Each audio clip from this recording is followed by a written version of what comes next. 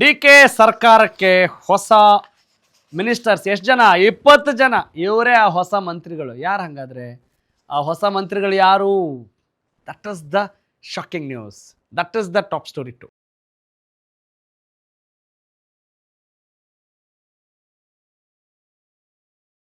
S, ನೀವೇನು ನೋಡಿದ್ರಲ್ಲ, that is true.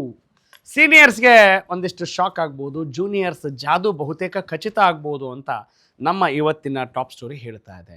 ಏನು ಹಂಗಂದ್ರೆ, ಈಗ ಸೀನಿಯರ್ಸ್ ಎಲ್ಲರೂ ಕೂಡ ಸಿದ್ದರಾಮಯ್ಯನವ್ರ ಬಣದವರೇ ಜಾಸ್ತಿ ಇದ್ದಾರಾ? ಜೂನಿಯರ್ಸ್ ಎಲ್ಲ ಡಿ ಕೆ ಶಿವಕುಮಾರ್ ಅವರ ಪರವಾಗಿದ್ದಾರಾ? ಅದು ಕೂಡ ಕ್ಯೂರಿಯಾಸಿಟಿ ಇದೆ. ಎಸ್, ಆ ಕ್ಯೂರಿಯಾಸಿಟಿ ಹಾಗೆ ಇರಲಿ. ನಾವ್ let's go for the screen on top story 2.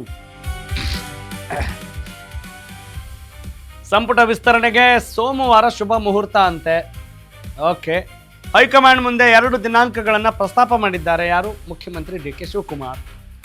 ಸೋಮವಾರ ತುಂಬಿದ ಕೊಡದಂತಾಗುತ್ತೆ ಡಿ ಕೆ ಸಂಪುಟ. ವಾವ್, ಈಗ ಸಂಪುಟದಲ್ಲಿ ಯಾರು ಇಲ್ವಲ್ರಿ ಅಂತ ಹೇಳ್ತಾ ಇದ್ದೀವಿ. ಖಾಲಿ ಇದ್ದ ಕುರ್ಚಿಗಳೆಲ್ಲ ಸೋಮವಾರ ಕಂಪ್ಲೀಟ್ ಆಗ್ಬೋದು. 20 ಸಚಿವ ಸ್ಥಾನಗಳನ್ನು ಭರ್ತಿ ಮಾಡೋಕೆ ಹೈಕಮಾಂಡ್ ಹೈ ಆಸಕ್ತಿ ಅಂತೆ, ಸಿಕ್ಕಾಪಟ್ಟೆ ದೊಡ್ಡ ಮಟ್ಟದ ಆಸಕ್ತಿ. ಬಾಕಿ ಇರೋ 20 ಸ್ಥಾನಗಳಿಗೆ 40 ಶಾಸಕರಿಂದ ಲಾಬಿ ನಡೀತಾ ಇದೆ. ಹೈ ಅಂಗಳದಲ್ಲೇ ಕಾಂಗ್ರೆಸ್ ಶಾಸಕರಿಂದ ಕುಂಟಾಬಿಲ್ಲೆ. ಅತಿ ಮಾನದಂಡ ಮತ್ತು ಪಕ್ಷದ ಭವಿಷ್ಯದ ದೃಷ್ಟಿಕೋನವನ್ನು ಆಧರಿಸಿ ಒಂದು ನಿರ್ಧಾರವನ್ನು ತೆಗೆದುಕೊಳ್ಬೇಕು. ಹಲವು ಆಧಾರಗಳ ಮೇಲೆ ಮುಖ್ಯಮಂತ್ರಿ ಡಿ ಕೆ ಶಿವಕುಮಾರ್ ಸಂಪುಟ ಸಿದ್ಧ ಆಗ್ತಾ ಇದೆ. ಡಿ ಕೆ ಸಂಪುಟಕ್ಕೆ ಯಾರ್ಯಾರು ಸೇರಲಿದ್ದಾರೆ ಗೊತ್ತಾ? ಆ ಕ್ಯೂರಿಯಾಸಿಟಿ ಇರಲಿ, ಕುತೂಹಲ ಇರಲಿ, ಯಾರು ಅನ್ನೋದನ್ನ ಮುಂದಿನ ಹಂತದಲ್ಲಿ ನೋಡ್ತಾ ಹೋಗೋಣ. ಆ 20 ಹೆಸರುಗಳು ಪ್ರಬಲ ಹೆಸರುಗಳಾಗುತ್ತವೆ. ಸಂಪುಟಕ್ಕೆ ಸೇರ್ಪಡೆ ಆಗ್ತವೆ. ಆದರೆ ಅಳೆದು ತೂಗಿ ನೋಡಲೇಬೇಕಲ್ಲ. ಅವ್ರ ಬಣ, ಇವ್ರ ಬಣ, ಹೈಕಮಾಂಡ್ ಬಣ, ಹೈಕಮಾಂಡಲ್ಲಿ ಮತ್ತೆ ರಾಹುಲ್ ಗಾಂಧಿ ಬಣ. ಹೈಕಮಾಂಡ್ ಅಂದರೆ ರಾಹುಲ್ ಗಾಂಧಿನೇ ಅಲ್ವೇನ್ರಿ ಅಂತ ಅನ್ನೋ ಬಣ ಅಲ್ವಾ? ಅದರ ಮಲ್ಲಿಕಾರ್ಜುನ್ ಖರ್ಗೆ ಅವರು ಕೂಡ ಇದ್ದಾರೆ. ಯಾಕಂದರೆ ಅವರೇ ಅಧ್ಯಕ್ಷರು ಹೈಕಮಾಂಡ್.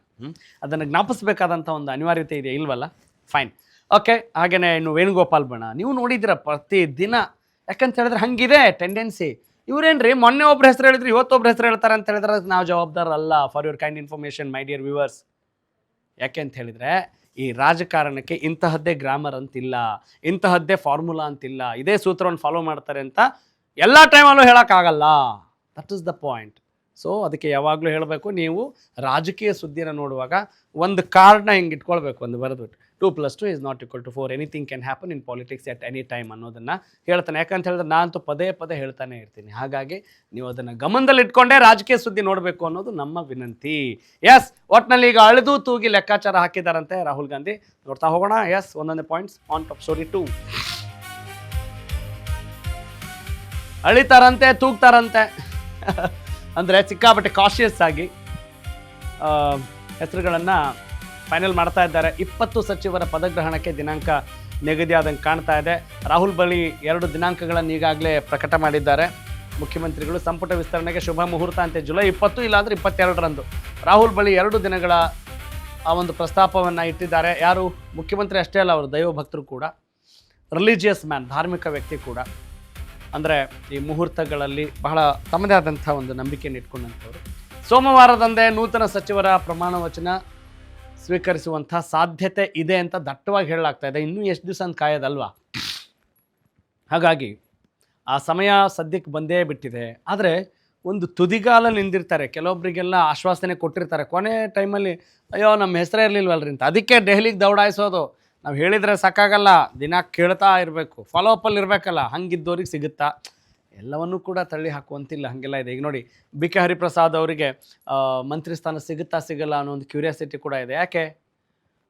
KPCC ಅಧ್ಯಕ್ಷರಾಗಿದ್ದಾರೆ, ಅವ್ರಿಗೆ ಯಾಕೆ ಪ್ರಶ್ನೆ? ಯಾಕಂತ ಹೇಳಿದರೆ ಅವರು 2 ಹುದ್ದೆಗಳನ್ನು ನಿಭಾಯಿಸಲಿಕ್ಕೆ ಅರ್ಹರು ಅಂತ ಸಿದ್ದರಾಮಯ್ಯನವ್ರು ಹೇಳ್ದಂಗಿತ್ತು. ಆದರೆ ಹೈಕಮಾಂಡ್ ಏನಂತ ಹೇಳಿತ್ತು? ಸತೀಶ್ ಜಾರಕಿಹೊಳಿ ಅವರು ವಿಚಾರ ಬಂದಾಗ ಯಾರಿಗಾದರೂ ಒಬ್ಬ ವ್ಯಕ್ತಿ ಒಂದು ಹುದ್ದೆ ಅಲ್ವಾ, ಅದನ್ನು ಫಾಲೋ ಮಾಡ್ತಾರೆ ಇಲ್ವಾ? ಆ ರೀತಿಯಾದಂಥ ಕ್ಯೂರಿಯಾಸಿಟಿಗಳು ಖಂಡಿತವಾಗ್ಲೂ ಇರುತ್ತೆ. ಹೈಕಮಾಂಡ್ ಏನು ಬೇಕಾದರೂ ಮಾಡ್ಬೋದು. ಬಾಸ್ ಈಸ್ ಆಲ್ವೇಸ್ ರೈಟ್ ಅಂತ ಹೇಳಲ್ವಾ? ಆ ರೀತಿ ಹೈಕಮಾಂಡ್ ಏನು ಹೇಳುತ್ತೋ ಅದೇ ಅಂತಿಮ ಆಗುತ್ತೆ.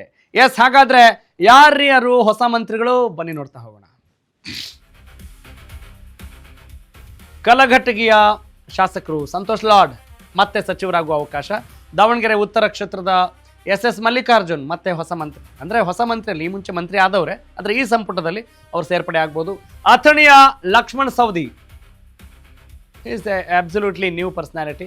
ಇನ್ನು ಯಲಬುರ್ಗಾದ ಬಸವರಾಜ ರಾಯರೆಡ್ಡಿ ಮುಖ್ಯಮಂತ್ರಿಗಳ ಆಪ್ತ ಕಾರ್ಯದರ್ಶಿ ಆದಂಥವರು. ಚಳ್ಳಕೆರೆಯ ಟಿ ರಘುಮೂರ್ತಿ, SR ಶ್ರೀನಿವಾಸ್, ಗುಬ್ಬಿ ಕ್ಷೇತ್ರದ ಶಾಸಕರು, ಆರ್ಥಿಕ ಸಲಹೆಗಾರರಾದಂಥವರು ರಾಯರೆಡ್ಡಿಯವರು. TB ಜಯಚಂದ್ರ ಶಿರಾದಿಂದ, ಅವರು ಕೂಡ ಸಚಿವ ಸ್ಥಾನ ಅಲಂಕರಿಸಿರಲಿಲ್ಲ. ಇನ್ನು KM ಶಿವಲಿಂಗೇಗೌಡರಿಗೆ ಬಹುತೇಕ ಸಿಗುತ್ತೆ ಅನ್ನೋ ಮಾತು ಕೂಡ ಕೇಳಿ ಬರ್ತಾ ಇತ್ತು ಅರಸೀಕೆರೆಯಿಂದ. ಮಳವಳ್ಳಿಯ PM ನರೇಂದ್ರ ಸ್ವಾಮಿ ಅವರ ಹೆಸರು ಕೂಡ ಯಾವಾಗಲೂ ಮುಂಚೂಣಿಯಲ್ಲಿತ್ತು, ಅವರು ಕೂಡ ಸಚಿವ ಸ್ಥಾನವನ್ನು ಅಲಂಕರಿಸ್ಬೋದು. ಶಿವಾಜಿನಗರದ ಶಾಸಕ ರಿಜ್ವಾನ್ ಅರ್ಷದ್, ವಿಜಯನಗರದ M ಕೃಷ್ಣಪ್ಪ, ಜೊತೆಗೆ Sharath Bachegowda ಹೊಸಕೋಟೆಯ Young energetic MLA. ಇನ್ನು ಬಂಗಾರಪೇಟೆಯ SN ನಾರಾಯಣಸ್ವಾಮಿ ಅವರ ಹೆಸರು ಕೂಡ ಇತ್ತು. ಇನ್ನು ಸಾಗರದ ಬೇಳೂರು ಗೋಪಾಲಕೃಷ್ಣ ಅವರದೇ ಆದಂಥ ಸಮಾನ ಮನಸ್ಕರ ಒಂದು ನಿಯೋಗ ಕೂಡ ಹೋಗಿದ್ದನ್ನು ಗಮನಿಸಿದ್ವಿ ಡೆಲ್ಲಿಗೆ ಲಾಬಿ ಮಾಡುವ ವಿಚಾರಕ್ಕೆ. ಹಳಿಯಾಳದಲ್ಲಿ ಅರವಿಂದ್ ದೇಶಪಾಂಡೆ, ರಾಮದುರ್ಗದ ಅಶೋಕ್ ಪಟ್ಟಣ್ ಇವರು ಹೊಸ ಮಂತ್ರಿಗಳಾಗಬಹುದು ಅನ್ನುವ ಲೆಕ್ಕಾಚಾರ ಇದೆ. Of course V cannot forget it the name HC Balakrishna, Magadi ಕ್ಷೇತ್ರದ MLA. ಇನ್ನು NR ಕ್ಷೇತ್ರದ ನರಸಿಂಹರಾಜ ಕ್ಷೇತ್ರದ ತನ್ವೀರ್ ಸೇಠ್ ಅವರ ಹೆಸರು ಕೂಡ ಇದೆ. ವಿರಾಜಪೇಟೆಯ AS ಪೊನ್ನಣ್ಣ ಇವರೇ ಆ ಹೊಸ ಮಂತ್ರಿಗಳು ಅಂತ ಬಲವಾಗಿ ಸಿಗ್ತಾ ಇರುವಂತಹ ಸುದ್ದಿ ಇದು. ಇನ್ನು ಮಹಿಳಾ ಕೋಟಾದ ಅಡಿಯಲ್ಲಿ